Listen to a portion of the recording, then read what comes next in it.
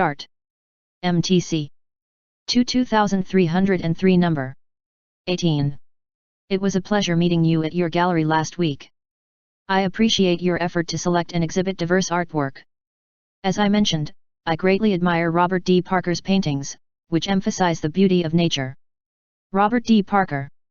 Over the past few days, I have been researching and learning about Robert D. Parker's online viewing room through your gallery's website. Robert D. Parker. I'm especially interested in purchasing the painting that depicts the horizon, titled Sunrise. Sunrise. I would like to know if the piece is still available for purchase. It would be a great pleasure to house this wonderful piece of art. I look forward to your reply to this inquiry. MTC. Good job. Let's start. MTC 2303 number 19. On opening day, Isabel arrives at the cafe very early with nervous anticipation. Isabel. She looks around the cafe, but she can't shake off the feeling that something is missing. As she sets out cups, spoons, and plates, Isabel's doubts grow. Isabel. She looks around, trying to imagine what else she could do to make the cafe perfect, but nothing comes to mind. Then, in a sudden burst of inspiration, Isabel grabs her paintbrush and transforms the blank walls into landscapes, adding flowers and trees. Isabel. As she paints, her doubts begin to fade. Looking at her handiwork, which is beautifully done, she is certain that the cafe will be a success. Now, success is not exactly guaranteed, she thinks to herself, but I'll definitely get there. MTC. Good job. Let's start. MTC 2303 number 20. The more people have to do unwanted things, the more chances are that they create unpleasant environment for themselves and others. If you hate the thing you do but have to do it nonetheless, you have choice between hating the thing and accepting that it needs to be done. Either way you will do it. Doing it from place of hatred will develop hatred towards the self and others around you. Doing it from the place of acceptance will create compassion towards the self and allow for opportunities to find a more suitable way of accomplishing the task.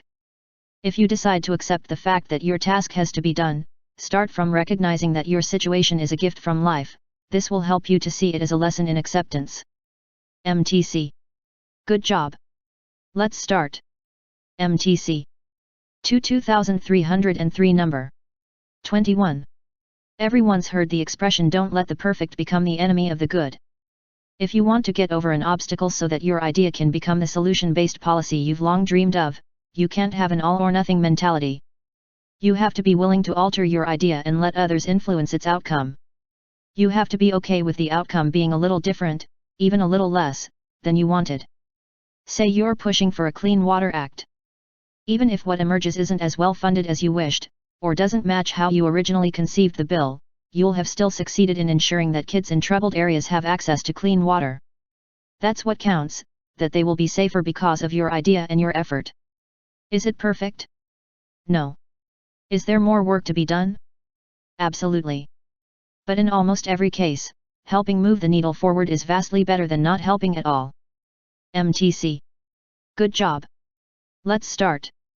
MTC 2303 number 22. Brands that fail to grow and develop lose their relevance. Think about the person you knew who was once on the fast track at your company, who is either no longer with the firm or, worse yet, appears to have hit a plateau in his or her career. Assuming he or she did not make an ambitious move, more often than not, this individual is a victim of having failed to stay relevant and embrace the advances in his or her industry. Think about the impact personal computing technology had on the first wave of executive leadership exposed to the technology. Those who embraced the technology were able to integrate it into their work styles and excel. Those who were resistant many times found few opportunities to advance their careers and in many cases were ultimately let go through early retirement for failure to stay relevant and update their skills. MTC. Good job. Let's start. MTC 2303 number 23. What consequences of eating too many grapes and other sweet fruit could there possibly be for our brains? A few large studies have helped to shed some light. In one, higher fruit intake in older, cognitively healthy adults was linked with less volume in the hippocampus. This finding was unusual, since people who eat more fruit usually display the benefits associated with a healthy diet. In this study, however, the researchers isolated various components of the subjects' diets and found that fruit didn't seem to be doing their memory centers any favors. Another study from the Mayo Clinic saw a similar inverse relationship between fruit intake and volume of the cortex, the large outer layer of the brain. Mayo Clinic. Researchers in the latter study noted that excessive consumption of high-sugar fruit, such as mangoes, bananas, and pineapples, may cause metabolic and cognitive problems as much as processed carbs do. MTC. Good job. Let's start. MTC. 2303 number 24. Winning turns on a self-conscious awareness that others are watching. It's a lot easier to move under the radar when no one knows you and no one is paying attention. You can mess up and be rough and get dirty because no one even knows you're there. But as soon as you start to win, and others start to notice, you're suddenly aware that you're being observed. You're being judged. You worry that others will discover your flaws and weaknesses, and you start hiding your true personality, so you can be a good role model and good citizen and a leader that others can respect. There is nothing wrong with that. But if you do it at the expense of being who you really are, making decisions that please others instead of pleasing yourself, you're not going to be in that position very long. When you start apologizing for who you are, you stop growing and you stop winning. Permanently. MTC. Good job. Let's start. MTC. 2303 number 26. British photographer Julia Margaret Cameron is considered one of the greatest portrait photographers of the 19th century. Julia Margaret Cameron 19.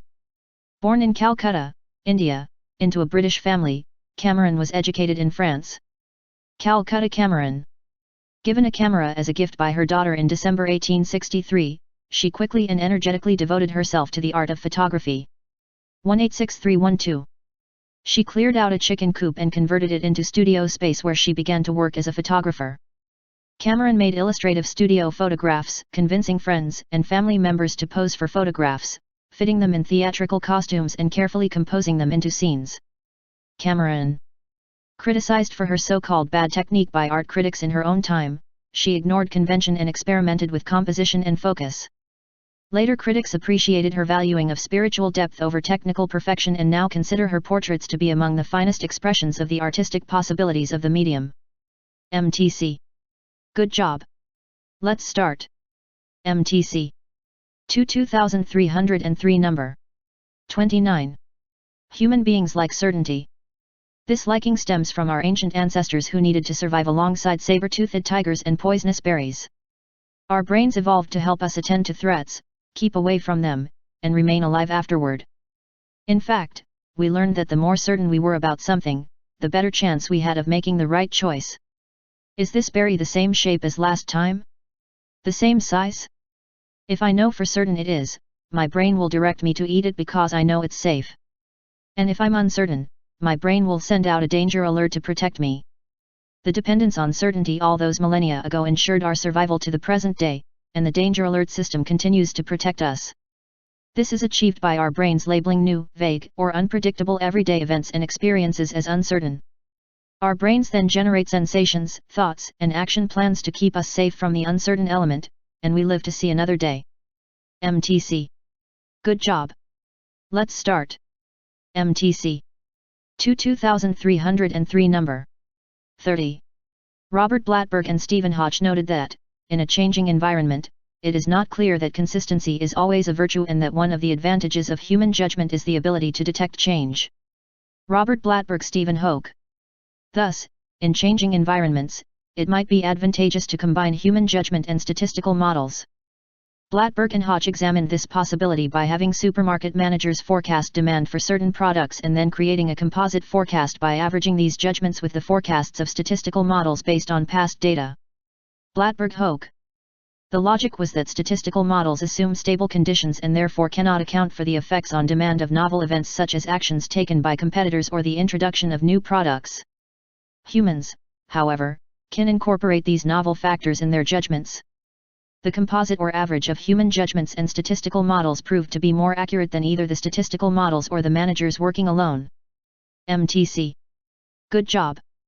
Let's start. MTC. 2303 number 31. Free play is nature's means of teaching children that they are not helpless. In play, away from adults, children really do have control and can practice asserting it. In free play, children learn to make their own decisions, solve their own problems, create and follow rules, and get along with others as equals rather than as obedient or rebellious subordinates.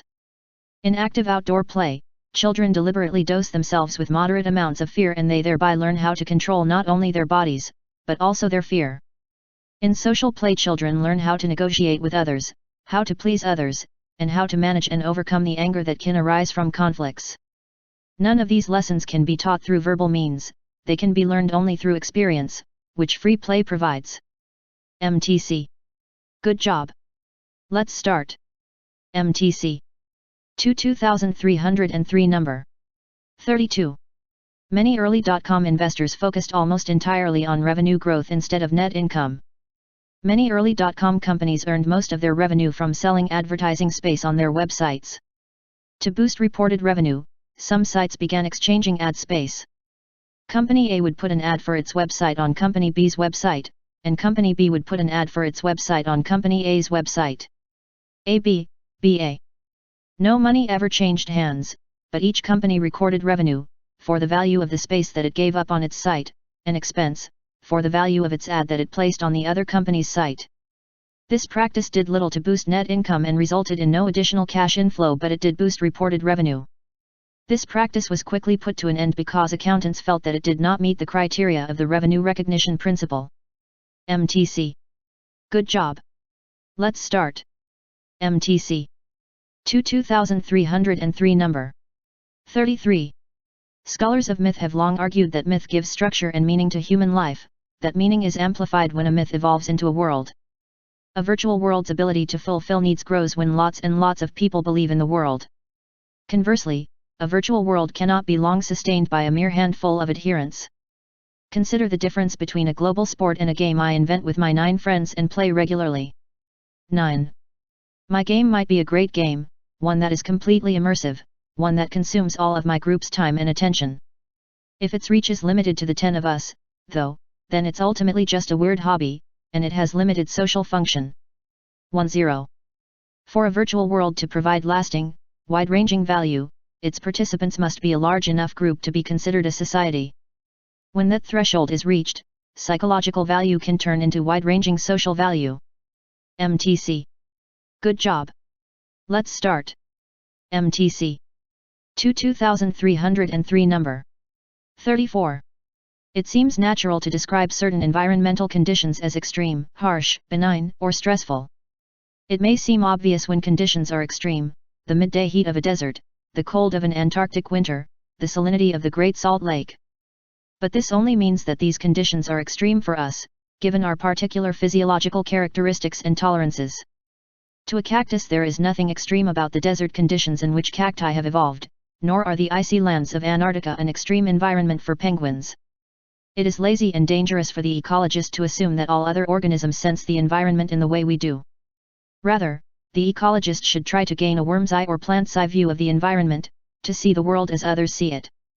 Emotive words like harsh and benign, even relativities such as hot and cold, should be used by ecologists only with care. MTC. Good job. Let's start. MTC. 2303 number 35. Human processes differ from rational processes in their outcome. A process is rational if it always does the right thing based on the current information, given an ideal performance measure. In short, rational processes go by the book and assume that the book is actually correct. Human processes involve instinct, intuition, and other variables that don't necessarily reflect the book and may not even consider the existing data. As an example, the rational way to drive a car is to always follow the laws. However, traffic isn't rational. If you follow the laws precisely, you end up stuck somewhere because other drivers aren't following the laws precisely. To be successful, a self-driving car must therefore act humanly, rather than rationally. MTC. Good job. Let's start.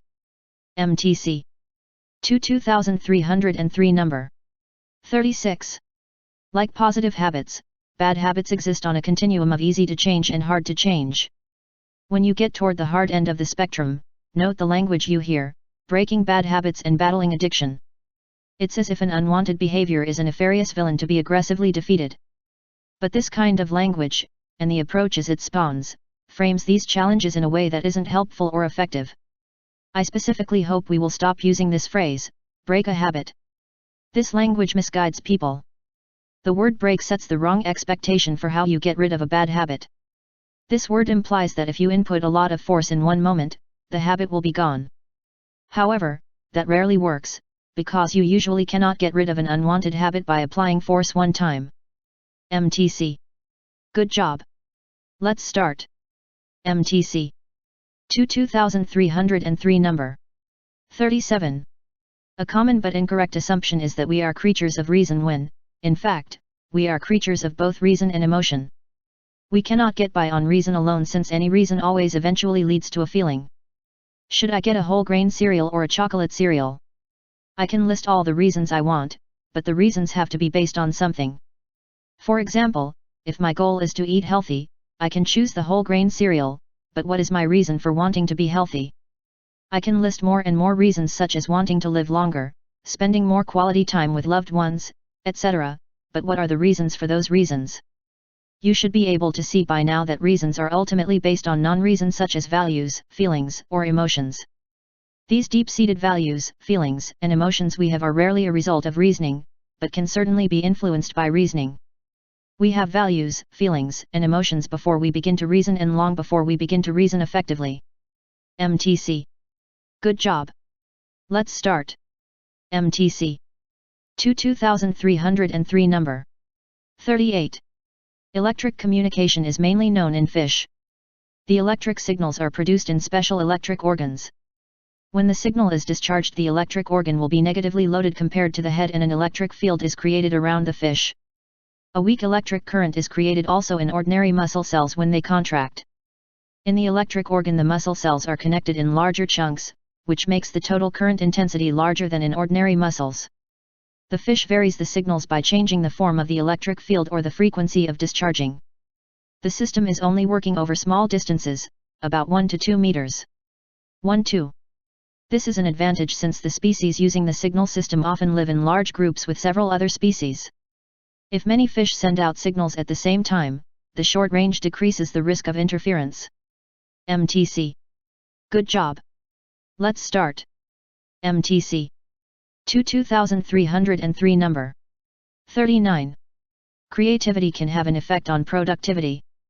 Creativity leads some individuals to recognize problems that others do not see, but which may be very difficult. Charles Darwin's approach to the speciation problem is a good example of this. He chose a very difficult and tangled problem, speciation, which led him into a long period of data collection and deliberation. This choice of problem did not allow for a quick attack or a simple experiment. In such cases, creativity may actually decrease productivity, as measured by publication counts, because effort is focused on difficult problems. For others, whose creativity is more focused on methods and technique, creativity may lead to solutions that drastically reduce the work necessary to solve a problem. We can see an example in the development of the polymerase chain reaction, PCR, which enables us to amplify small pieces of DNA in a short time. DNA, PCR. This type of creativity might reduce the number of steps or substitute steps that are less likely to fail, thus increasing productivity. MTC. Good job. Let's start. MTC. 2303 number 40. A young child may be puzzled when asked to distinguish between the directions of right and left. But that same child may have no difficulty in determining the directions of up and down or back and front. Scientists propose that this occurs because, although we experience 3 dimensions, only 2 had a strong influence on our evolution, the vertical dimension as defined by gravity and, in mobile species, the front/back dimension as defined by the positioning of sensory and feeding mechanisms. These influence our perception of vertical versus horizontal, far versus close, and the search for dangers from above, such as an eagle, or below, such as a snake. However, the left-right axis is not as relevant in nature. A bear is equally dangerous from its left or the right side, but not if it is upside down. In fact, when observing a scene containing plants, animals, and man-made objects such as cars or street signs, we can only tell when left and right have been inverted if we observe those artificial items. MTC. Good job. Let's start. MTC 2303 number 4142. Creative people aren't all cut from the same cloth. They have varying levels of maturity and sensitivity. They have different approaches to work. And they're each motivated by different things. Managing people is about being aware of their unique personalities. It's also about empathy and adaptability, and knowing how the things you do and say will be interpreted and adapting accordingly. Who you are and what you say may not be the same from one person to the next. For instance, if you're asking someone to work a second weekend in a row, or telling them they aren't getting that deserved promotion just yet, you need to bear in mind the individual. 2. Vincent will have a very different reaction to the news than Emily, and they will each be more receptive to the news if it's bundled with different things. Vincent Emily. Perhaps that promotion news will land easier if Vincent is given a few extra vacation days for the holidays, while you can promise Emily a bigger promotion a year from now. Vincent, Emily 1. Consider each person's complex positive and negative personality traits, their life circumstances, and their mindset in the moment when deciding what to say and how to say it. Personal connection, compassion, and an individualized management style are key to drawing consistent, rockstar level work out of everyone. MTC. Good job. Let's start. MTC 2303 number 4345. It was a hot day in early fall. Wilder was heading to the school field for his first training. Wilder. He had just joined the team with 5 other students after a successful tryout. Approaching the field, he saw players getting ready, pulling up their socks and strapping on shin guards. But they weren't together. New players were sitting in the shade by the garage, while the others were standing in the sun by the right pole. Then Coach McGraw came and watched the players. McGraw. Coach McGraw, too, saw the pattern, new kids and others grouping separately. McGraw. This has to change, he thought. He wanted a winning team. To do that, he needed to build relationships. I want you guys to come over here in the middle and sit, he called the players as he walked over. You. McGraw roared, pointing at Wilder. McGraw. Wilder. Come here onto the field and sit. And Johnny. You sit over there. Johnny. He started pointing, making sure they mixed together. Wilder realized what Coach was trying to do, so he hopped onto the field. Wilder. McGraw continued to point, calling each player out, until he was satisfied with the rearrangement. McGraw. Okay, this is how it's going to be, he began. We need to learn how to trust and work with each other. This is how a team plays. This is how I want you to be on and off the field, together. The players looked at each other. Almost immediately, McGraw noticed a change in their postures and faces. McGraw. He saw some of them starting to smile. Wow, thought Wilder. Wilder. From his new location on the grass, he stretched out his legs. He liked what he was hearing. A new sense of team spirit came across him, a deeper sense of connection. It was encouraging to hear Coach talk about this, to see him face the challenge head-on. Now his speech was over. The players got up and started walking on the field to warm up. Good job, Coach. That was good, Wilder said to McGraw in a low voice as he walked past him, keeping his eyes down out of respect. Wilder McGraw, MTC. Good job.